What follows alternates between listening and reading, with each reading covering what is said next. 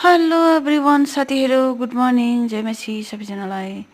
तपाईँहरू ठिकै हुनुहुन्छ होला भन्ने आशा गर्दै म पनि एकदमै राम्रो छु।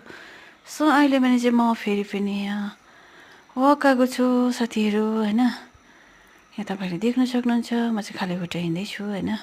खाली खुट्टा हिँड्नु हेल्थको लागि राम्रो हो, होइन साथीहरू। तपाईँहरू पनि हिँड्नुहोस् खाली खुट्टा बिहान, है। बिहान छिटो उठ्ने बानी गर्नुहोस् साथीहरू, होइन। म चाहिँ 4 बजी उठ्छु बिहान। तपाईँहरू कति बजी उठ्नुहुन्छ साथीहरू, सो हेर्दै गर्नुहोस्। तपाईँको बिमार जे पनि छ नि साथीहरू, है, यसरी खाली खुट्टा हिँड्नुपर्छ, पसिना निकाल्नुपर्छ, है। हेल्थको लागि एकदमै राम्रो हुन्छ।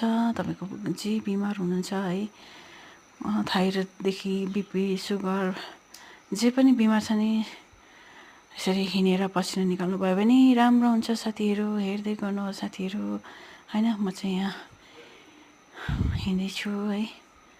हाफ आवर जस्तो तपाईँहरूले यसरी डेली तपाईँले वक गर्नुहोस् न, तपाईँहरूको हेल्थ एकदमै राम्रो हुनेछ साथीहरू। हेर्दै गर्नुहोस् साथीहरू।